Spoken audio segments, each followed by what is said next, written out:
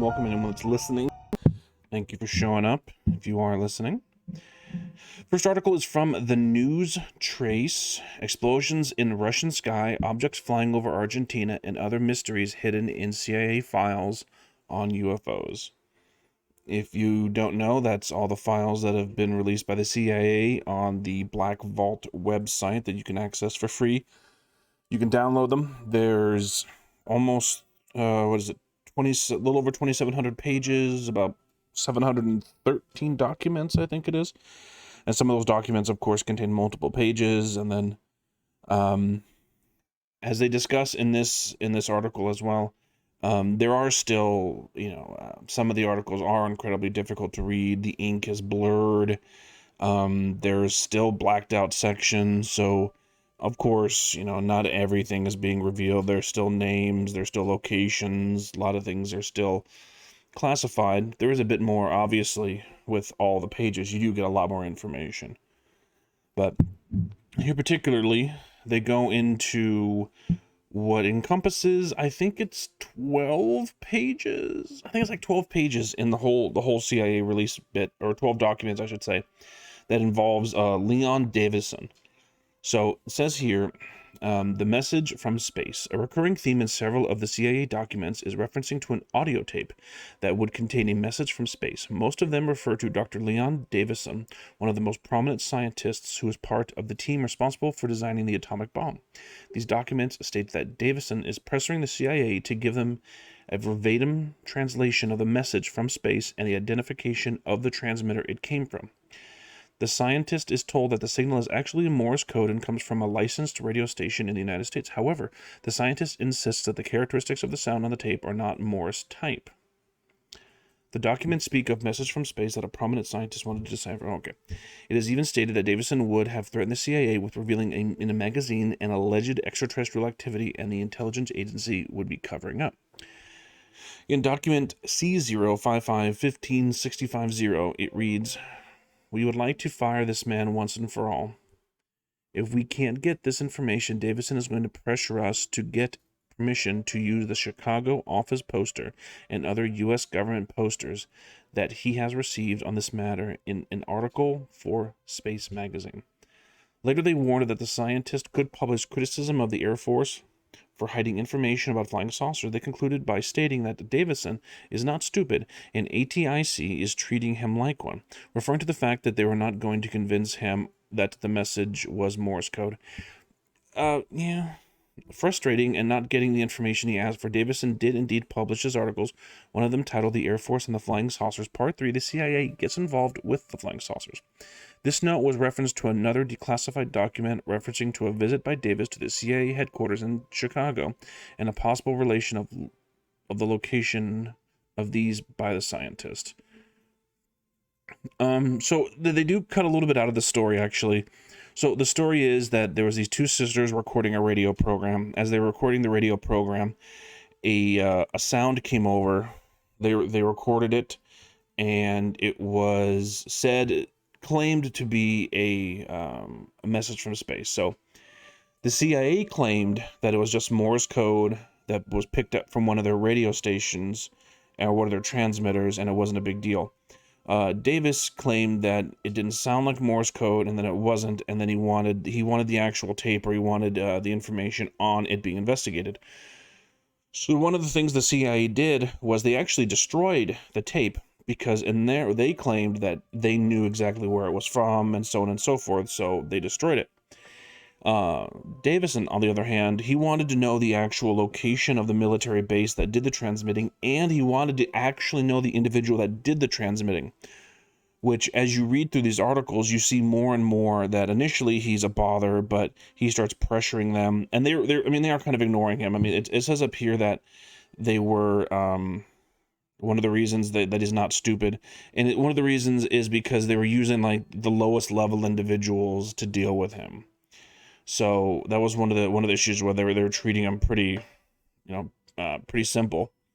But if you read through all the articles, you realize that they never really give him anything. There's no real information. They give him some, but it's never indicated. I mean, even Davidson himself never admits what kind of information. And then the CIA, of course, obviously they're not going to release anything. So there's really not much. It's kind of a he said, she said kind of scenario throughout all the documentation. But it does get to the point where eventually they realize that they can't give anything to Davidson, and they can't reason with him. And so they pretty much basically just upfront ignore him. Next, they have explosions in the Russian sky. On April 12th, 1991, a mysterious explosion occurred in Savo, Russia, in a small town located about 200 miles southeast of Moscow. The event was reviewed by the CIA as follows. The blast wave was left through the streets, tearing off roofs in some areas and knocking down windows, including frames. In most of the apartment blocks, buildings, and structures, according to testimonies, everything moved as if it were an earthquake. The document affirms that the alarm was total and that the following morning many of the witnesses had not been able to recruit themselves from the shock of the experience. Several of them were injured by glass that had been treated by paramedics. So this is a photo of a UFO over California. He also quoted a report from the then chairman of the party committee in Rikon, surname Razkov, who writes, "It is not yet clear what caused the explosion. Some people speak of ammunition that was buried since the last war, while others claim that a powerful aerial bomb fell. A third group claims that what happened to a meteorite. A fourth group blames a UFO. There are people who supposedly saw a sphere of fire moving." UFOs over Azerbaijan and Argentina. Among the intelligence community documents, there is one C000-1525-4 that records a UFO sighting in Bahia Blanca, south of the province of Buenos Aires, dated from May 25th, 1962. It contains information published by the local press and that talks about a strange, luminous body that remains suspended for several minutes over the city and then saw it quickly disappear. In the same way, there is another record that speaks of a UFO flying over the road between Baku, capital of Azerbaijan, with the city of Tbilisi. In this case, direct testimonies are cited from the people who were traveling by the car and said that there had been an object floating near the horizon. They described that it had two sources of light coming out of it, and that at one point he approached his vehicle, passing very near the ceiling. So they do bring, there's a lot of these discussions through the CIA files of a lot of things happen in Russia.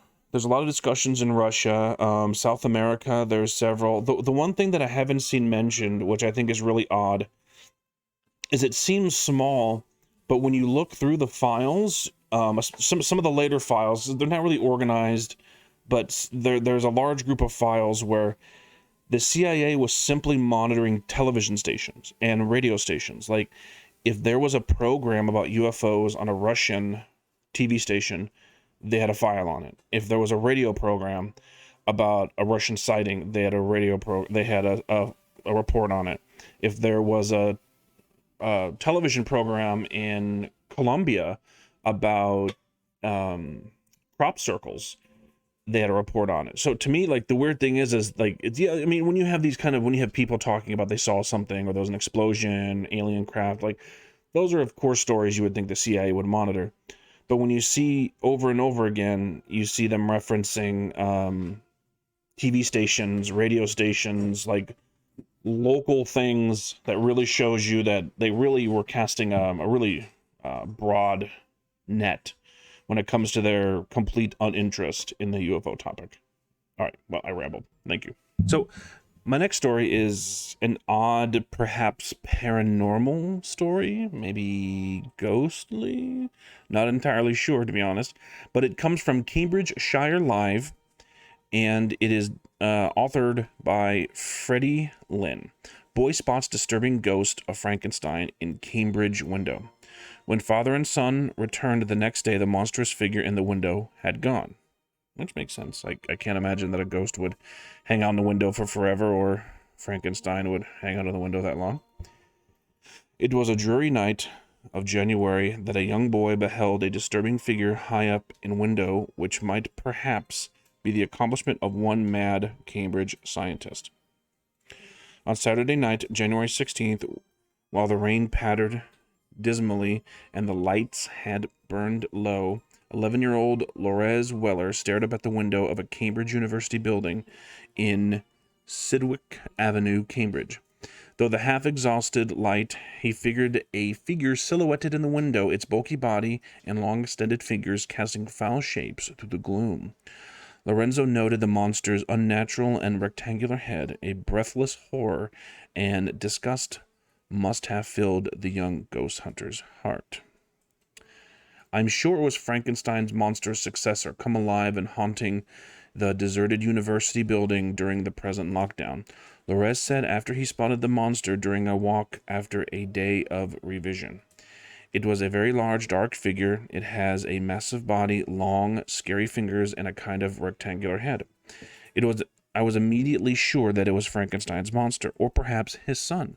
I bet they had him in one of the dark and dusty laboratories of the university. With the lockdown, he had come out haunting the deserted buildings. When asked whether he was not a little afraid, Lorenzo reflects for a moment. While there were butterflies in my tummy, not sure if it was afraid or excited. So there's your thing. There's the photo of the supposed Frankenstein. And they go through, and it eventually goes into the discussion that they believe that what it could have been is actually this statue. It's a statue of Hercules. The only issue you could come up with is, of course, that the hands are at the side, and in the actual photo itself, the fingers are extended. As you can see, they're kind of extended here, and there seems to be less missing from the head. You have the rear of the head here missing, and then the actual Frankenstein photo. So they were claiming that it's possible that it could actually be this, that it wouldn't be one of the statues. But then, of course, the big question comes to be, well, I mean, did somebody move the statue and then move it around? Is there like a janitor that's messing around with people just having fun? I mean, that'd be funny, and why not? But I thought it was an interesting story. I was wondering if it was a serious story, but it plays out very. I mean, they it's serious, so it's not. I was waiting for there to be a practical joke in there, but I don't know. We'll see what happens. Thank you for listening. So here's my last story, which is also a paranormal story, which is a nice switch. I do enjoy the paranormal with all the UFO stuff going on right now. It's nice to have a little paranormal, but anyway. The News by Richard Lemmer. Former Plattsmouth prison is haunted by the ghost of EastEnders Dirty Den actor Leslie Grantham, who served time there, claims the paranormal investigator. So, there's your individual. Right there. The soap star served 10 years of a life sentence for murder at HMP Kingston off Milton Road before he was released in 1976. The former prisoner would go on to study at drama school and become a household name by playing a serial adulterer, Den Watts. Now an urban explorer and paranormal investigator has visited the prison and claims to have encountered the actor's spirit.